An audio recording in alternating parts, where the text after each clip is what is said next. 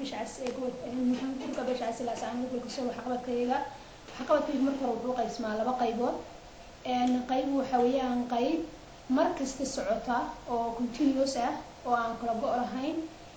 maxaan ku dhahay qaybna waa qayb maxaan ku dhahay xilliyada maxaan ku dhahay dhibaatooyinku jiraan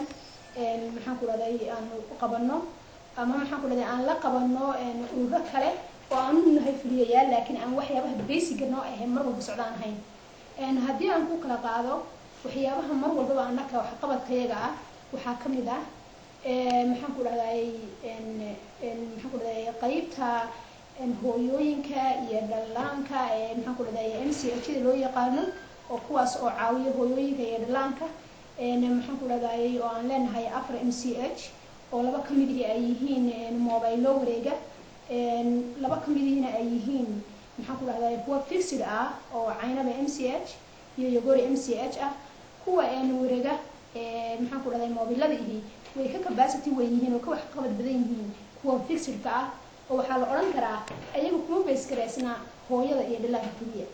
way wareegayaan waxay u tagayaan odayaashii waxay u tagayaan islaamihii waxay u tagayaan dadka geedka hoostiisa joogay waxay u tagayaan kii midadu ku dhacday waxay u tagayaan kii xanuunsan iyo xillada joogay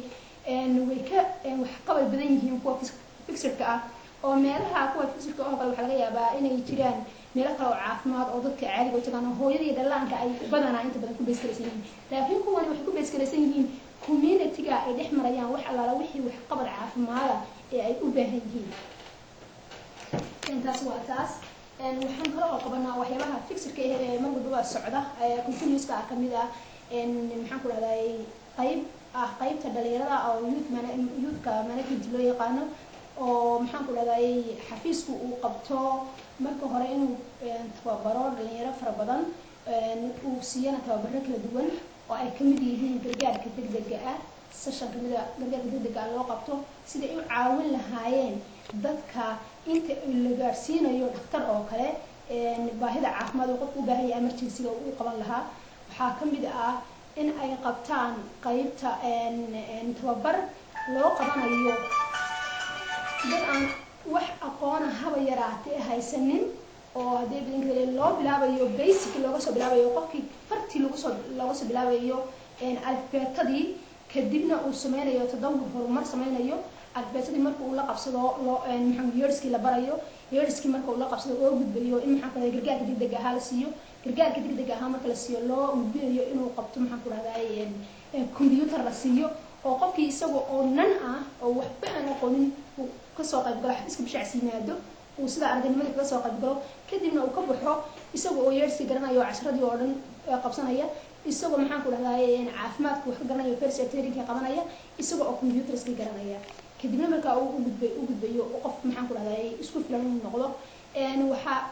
kale oo marka loo sameeynaya qofkii inuu ku xirnaado xafiiskii oo qaybta youth-ka ay horumar u sameyso waxay u kala baxayaan qayb marka computerkii aadaha computerka barata iyo qayb loo gudbiyo vocational training oo la siiyo tababar gamceed si ay u dabaraan naftoodii waxa weeyaan waxyaabaha basic ah iyaduna ay ka mid tahay waxaa kale oo jira xafiis kale oo asna u furan disaster-ka ama maxaan ku dhahday dhibaatooyinka oo markay qaato ma aha wixii aan tababarno oo dan inay bishacas kala hawlgeli karaan waayo hadeerto number ahaan xilligii la aasaasay ilaa iyo hadeerto ardada la tababaray kala duwan maxaan ku dhahday waxay gaadhaysaa ilaa 8,000 oo arday 8,000 oo arday markaa capacity xafiiska bishacas ma qaadi karo waxaa loo tababarayaa community-ga dhexdiisa meel kasta oo kamid ah hadeerto haddaan xasuusto laasacaanood farmasi kasta oo laasacaanood ka furan xarun kasta oo caafimaad oo ka furan meel kasta oo caafimaadka oo ka shaqeeya waxaan ka heli karnaa arday aan soo tababarno ee bishacas ka soo baxday marka halkaan lagu tababaro halkan cusbitaal ma aha markaan tababarno waxaan u gudbinaa cusbitaalka weyn baan u gudbinaa ee magaalada manhal oo kale aan u gudbinaa kadibna qofku wuxuu bartaa wixii markii hore theory-ga loo siiyey oo practice ah marka uu practice-ka uu qaato waa qof iyo kartidiisa meesha iska soo saaro way jiraan arday badan oo volunteer ahayd oo maxaan ku dhahday hadeerta xafiiska bishacas ka ah shaqaale ka ah anigaa kamid ah anigu waxaan kamid ahaa ardaydii maxaan ku dhahdaay first year training markii hore soo gashay 2000kii ilaa 4 sano 5 sano meelahaas waxaan kusoo shaqaynayay maxaan ku dhahdaay voluntary kadib waxaan noqday xafiiska shaqaalaha kamidka ah oo aan darajooyin kala duwan u kala gudbay iyo dad kale oo shaqaalaha ila midihiba marka ma wada qaadi karo dadka aan tababarno oo dhan waxay noqonayaan dad xirfado leh oo shaqo taga qaar nisbada la shaqeeya qaar cusbitaalada la shaqeeya qof wal kasta oo markaan siinay xirfadii iyo wax qabadkii iyo aqoontii uu qaato meesha alla meesha uu doono aadi karaa kii xafiiska shaqo keenana la kala tirahan 98 waa la aqoonsaday ilaa ay inta way shaqaynaysay mar ay ahayd aan la aqoonsanin intii la aqoonsaday inta way shaqaynaysay ayaga oo aan waxba aqoonin soo galay ururka bisha cas maxaan ku dhahday wax la baray waxay ahaayeen laba group oo group kastaba uu qaatay 6 bilood uu qaatay sanadka hadda ay soo dhaafnay qaybta first year oo kale waxaan qaadanay ilaa 4 group oo wuxuu ku base gareysan yahay in tira ahaan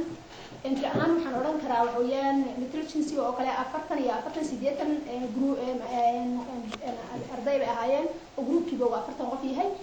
maxaan ku dhahay qaybta first year oo kale waxaan qaadanay 3 group oo 30 ah maxaan ku dhahday 90 ilaa 40 waxaan 90 ilaa 80 boqol iyo jimcaha xilliga ay joogaan oo ay aruursanayaan wixii ka dhimanaa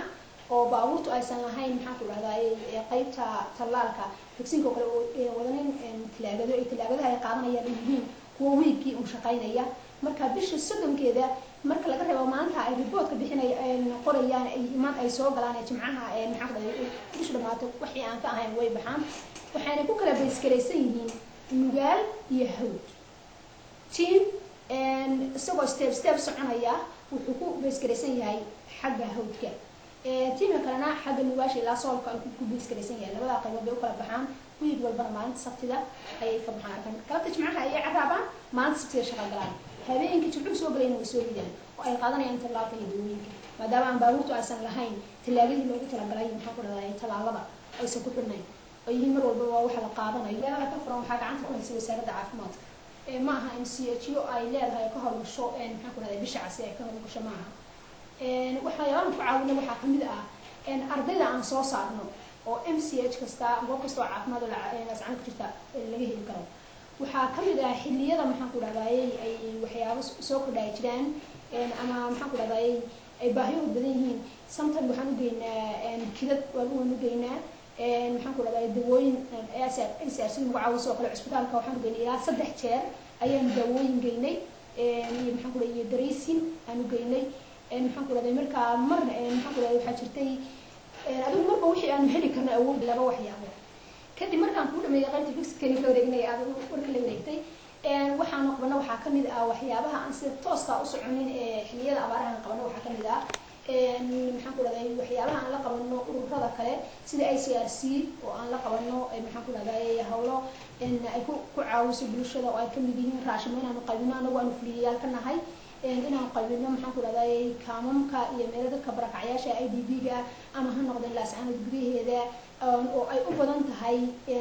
banaanka gobolka Sool u badan tahay magaalada gudaheeda muddo yar baan ku qaybinay laakiin banaanka uu badan yahay